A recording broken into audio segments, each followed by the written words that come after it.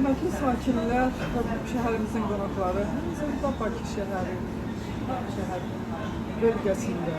En güzel yerindeyiz. Təzə salınan şəhərdəyik, Ağşəhərdə.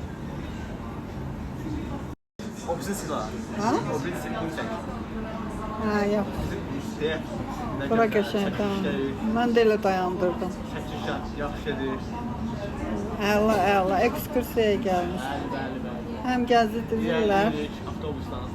həm gəzdirirlər, həm də Çəkiliş. çəkilişdir. Evet.